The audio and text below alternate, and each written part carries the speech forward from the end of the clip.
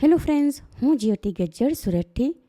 આજે હું તમારી સાથે મલ્ટીગ્રેઇન લોટનો હાંડવો કેવી રીતે બનાવવો એની રેસીપી શેર કરીશ. ઘરમાં નાના મોટા બધાને જ પસંદ આવે એવો એકદમ ટેસ્ટી આ હાંડવો ઘરમાં હોય એ જ સામાન વાપરીને ઓછી મહેનતે ઓછા ટાઈમમાં બનાવી શકાય. કારણ કે હાંડવો માટે મલ્ટીગ્રેઇન લોટ પણ ઘરે જ તૈયાર કરશું અને આ લોટ એકવાર તમે તૈયાર કરીને એક ડબ્બામાં ભરી દો તો મહિનાઓ સુધી વાપરી શકાય. તો ચાલો આજની આ મજેદાર રેસીપી શરૂ કરીએ. સૌથી પહેલાં એક પરાતમાં દાળ ચોખા અને અનાજ ભેગા કરી લઈએ. એના માટે એક પરાત લીધી, એમાં 3 વાટકી ભરીને ચોખા લઉં છું. મેં અહીં જીરાસર ચોખા લીધા, એના બદલે કોલમ, મસૂરી કે ચોખાની કણકી પણ લઈ શકાય.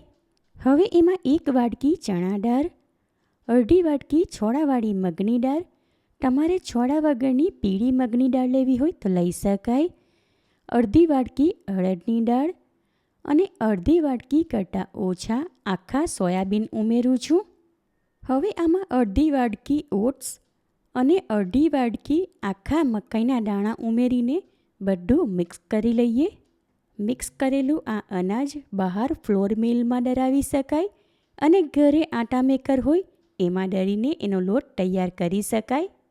છેલ્લે આમાં અડધી ટીસ્પૂન જેટલા આખા મેથીના દાણા ઉમેરીને આ અનાજ હું આટા મેકરમાં ગ્રાઇન્ડ કરી લઉં છું.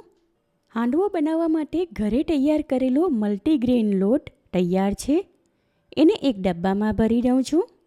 આગળના સ્ટેપમાં હાંડવોનું ખીરું તૈયાર કરવા માટે એક વાસણ લીધું. એમાં 2 કપ ભરીને ઘરે તૈયાર કરેલો હાંડવો માટેનો મલ્ટીગ્રેઇન લોટ લઉં છું. લોટમાં અડધો કપ સાધારણ ખાટી છાશ ઉમેરું છું. તમારે છાશના બદલે દહીં લેવું હોય તો 1/2 કપ જેટલું લેવું. હવે 1 કપ રૂમ ટેમ્પરેચર પર હોય એવું પાણી લીધું, એ એમાં ઉમેરીને લોટ સાથે સારી રીતે મિક્સ કરી લઈએ. હાંડવો બનાવવા માટે ખીરું તૈયાર છે. હમણાં આ વાસણ ઉપર ઢાંકણ લગાવીને 5 થી 6 કલાક માટે એને સાઈડમાં રાખું છું, એટલે લોટ સારી રીતે પલળીને ફૂલી જાય. આશરે 6 કલાક પછી હવે આ લોટ સારી રીતે પલળીને ફૂલી ગયો, એટલે આ ખીરું પહેલાં કરતાં થોડું ઘટ્ટ થઈ ગયું તમે જોઈ શકો છો. હાંડવોમાં નાખવા માટે મેં અહીં એક મીડિયમ સાઇઝની વજનમાં આશરે 300 ગ્રામ જેટલી દૂધી લીધી. એને વચ્ચેથી કાપીને અંદરનો માવો એકવાર ટેસ્ટ કરી લઈએ. કારણ કે એનો સ્વાદ કડવો હોય તો હાંડવો ટેસ્ટમાં સારો ન લાગે. હવે દૂધીની છાલ ઉતારીને મીડિયમ કાણાવાળી ગ્રેટર વડે ખમણી લઈએ. મેઝરમેન્ટ પ્રમાણે 2 કપ ભરીને ખમણેલી દૂધી આમાં ઉમેરું છું. એટલે કે જેટલો લોટ લીધો હતો એટલી જ આમાં 2 કપ ભરીને ખમણેલી દૂધી ઉમેરી. હવે ખીરુંમાં ખમણેલી દૂધી સારી રીતે મિક્સ કરી લઈએ. ખમણેલી દૂધીને હલકે હાથે દબાવી એમાંનું પાણી કાઢી લીધું હતું, એટલે આ ખીરું વધારે ઢીલું ન થઈ જાય. હવે આ ખીરું માટે મસાલો તૈયાર કરીએ. એના માટે એક નાની સાઇઝની ફ્રાય પેન લઈને સ્ટવ ઉપર ગરમ કરવા મૂકી.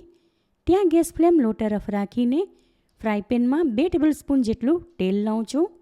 તેલ ગરમ થાય ત્યાર પછી એમાં 1 ટીસ્પૂન જેટલી રાઈ ઉમેરું છું. રાઈ ચટકી જાય ત્યાર પછી એમાં 1 ટેબલસ્પૂન વાટેલા આદુ મરચાંવાળો લીલો મસાલો ઉમેરીને મિક્સ કરી લઈએ. થોડી સેકન્ડ માટે મસાલો સાંતળી લીધો. હવે એમાં 1/3 ટીસ્પૂન હિંગ, અડધી ટીસ્પૂન હળદર, અડધી ટીસ્પૂન લાલ મરચું અને 1 ટીસ્પૂન ધાણા જીરું પાવડર ઉમેરું છું. છેલ્લે આમાં કઢી લીમડાના પાન ઉમેરીને બેઝિક મસાલા થોડી સેકન્ડ માટે સાંતળી લઈએ. ત્યાર પછી ગેસ ફ્લેમ ઓફ કરીને આ મસાલો હાંડવો માટે ખીરું તૈયાર કર્યું હતું એમાં ઉમેરું છું. હવે સ્વાદ પ્રમાણે આમાં 2 ટીસ્પૂન જેટલું મીઠું, 5 ટીસ્પૂન ખાવાનો સોડા અને ફ્રાય પેનમાં 2 થી 3 ટેબલસ્પૂન જેટલું પાણી લઈને હલાવી લીધું હતું એ આમાં ઉમેરું છું. ત્યાર પછી ખીરું સાથે આ બધું સારી રીતે મિક્સ કરી લઈએ. ખીરું તૈયાર કર્યું ત્યારે એમાં છાશ ઉમેરી હતી. એના ટેસ્ટને બેલેન્સ કરવા આમાં 1 ટેબલસ્પૂન દળેલી ખાંડ ઉમેરું છું. સાથે આમાં 2 ટેબલસ્પૂન જેટલી ઝીણી કાપેલી કોથમીર ઉમેરીને સારી રીતે મિક્સ કરી લઈએ. દૂધીની સાથે આમાં તમારે ખમણેલું ગાજર અને મકાઈના દાણા ઉમેરવા હોય તો ઉમેરી શકાય. ખીરું તૈયાર છે તો હવે આ ટાઈમ પર એકવાર ટેસ્ટ કરી લઉં છું. સ્વાદ પ્રમાણે આમાં મીઠું ઓછું છે માટે 1/2 ટીસ્પૂન જેટલું ઉમેરું છું.